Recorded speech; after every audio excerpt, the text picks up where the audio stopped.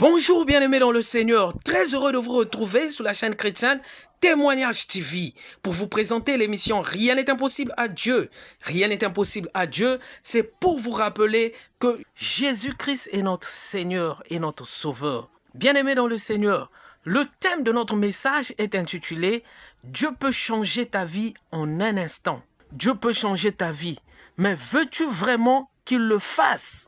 Bien-aimés dans le Seigneur, c'est pourquoi nous allons lire dans le livre Actes 16, verset 23 au verset 34. Lisons au nom du Seigneur.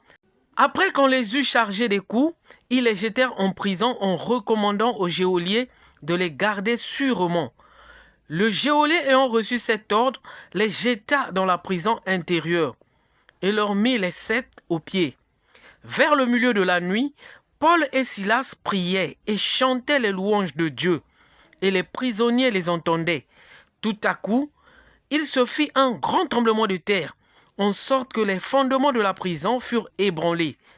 Au même instant, toutes les portes s'ouvrirent, et les liens de tous les prisonniers furent rompus. Le geôlier se réveilla, et lorsqu'il vit les portes de la prison ouvertes, il tira son épée et allait se tuer, pensant que les prisonniers s'étaient enfuis. Mais Paul cria d'une voix forte, « Ne te fais point de mal, nous sommes tous ici. » Alors le geôlier ayant demandé la lumière, entra précipitamment et se jeta, tout tremblant aux pieds de Paul et Silas. Il les fit sortir et dit, « Seigneur, que faut-il que je fasse pour être sauvé ?» Paul et Silas répondirent, « Crois au Seigneur Jésus, et tu seras sauvé, toi et ta famille. » Et ils lui annoncèrent la parole du Seigneur, ainsi qu'à tous ceux qui étaient dans sa maison. Il les prit avec lui. À cette heure même de la nuit, il lava leurs plaies. Et aussitôt, il fut baptisé, lui et tous les siens. Les ayant conduits dans son logement, il leur servit à manger. Et il se réjouit avec toute sa famille de ce qu'il avait cru en Dieu. Amen, amen, amen. Bien-aimés dans le Seigneur, nous venons de lire Actes 16, 23 à 34. Bien-aimés, le geôlier avait reçu l'ordre d'emprisonner Paul et Silas et de les garder sûrement. Mais il ne savait pas que cette rencontre allait changer sa vie et celle de toute sa famille. Vers le milieu de la nuit, Paul et Silas priaient et chantaient les louanges de Dieu. Et les prisonniers les entendaient. Je prie, bien-aimé, que toi aussi tu fasses une bonne rencontre qui va changer ta vie et celle de ta famille au nom de Jésus. Que Dieu enlève sur ton chemin les faux amis et les personnes de mauvaise foi au nom de Jésus. Mon frère, ma sœur, les prisonniers entendaient la louange et la prière. Toi, qu'est-ce que tu entends? Examine-toi aujourd'hui, bien-aimé dans le Seigneur. Est-ce que tout ce que tu entends est utile pour ton salut? Bien-aimé, commence à partir d'aujourd'hui à sélectionner tout ce que tu dois écouter. La louange et la prière attirent la présence de Dieu. Commence à avoir des moments de louange et de prière. Mon frère, ma soeur, efforce-toi à être avec des gens qui craignent Dieu. Psaume 1, verset 1 à 3, il est écrit « Heureux l'homme qui ne marche pas selon les conseils de méchants, qui ne s'arrête pas sur la voie des pécheurs et qui ne s'assied pas en compagnie des moqueurs, mais qui trouve son plaisir dans la loi de l'Éternel et qui la médite jour et nuit. Il est comme un arbre planté près d'un courant d'eau, qui donne son fruit en sa saison, et dont les feuillages ne feutrent point. Tout ce qu'il fait lui réussit. » Amen. Mon frère, ma sœur, efforce-toi à être avec des gens qui craignent Dieu. Pourtant, la prison était un mauvais endroit, bien-aimé. Mais la présence de Paul et Silas avait changé l'atmosphère de la prison. Au verset 26, tout à coup il fut un grand tremblement de terre, en sorte que les fondements de la prison furent ébranlés. Au même instant, toutes les portes s'ouvrirent et les liens de tous les prisonniers furent rompus.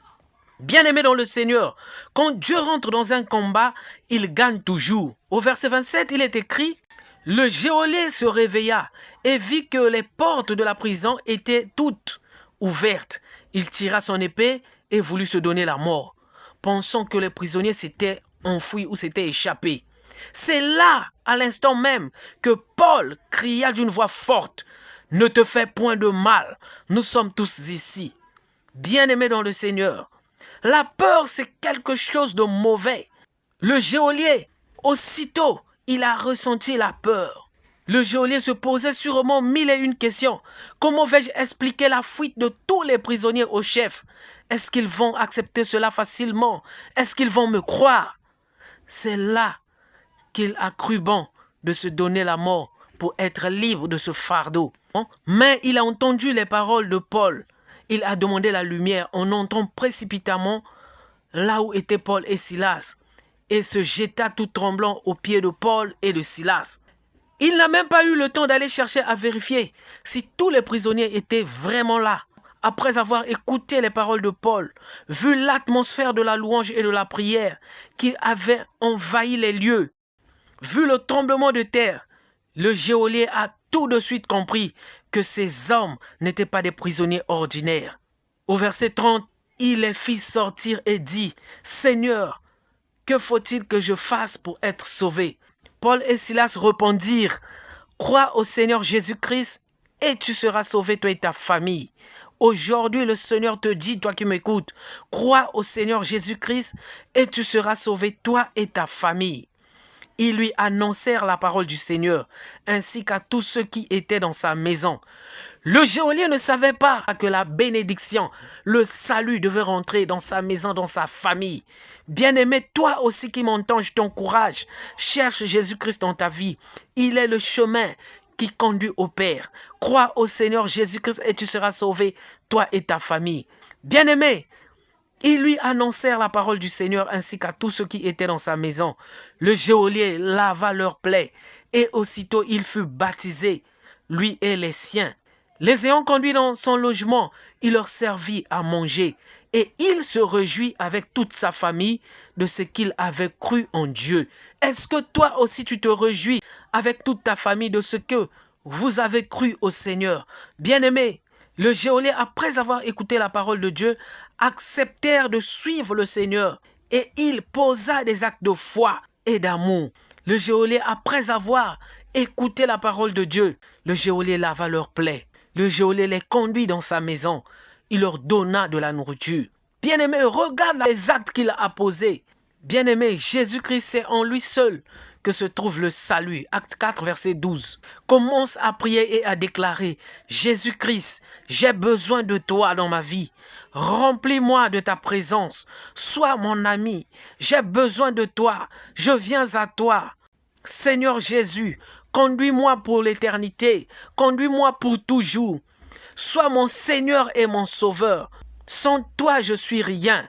Bien-aimé, dans Matthieu 22, verset 37, il est écrit, « Tu aimeras le Seigneur ton Dieu de tout ton cœur, de toute ton âme et de toutes tes pensées. » Amen. Dieu peut changer ta vie en un seul instant. Voyez-vous comment Dieu a changé la vie du geôlier en un seul instant? La rencontre avec le Seigneur peut changer ta destinée. Amen.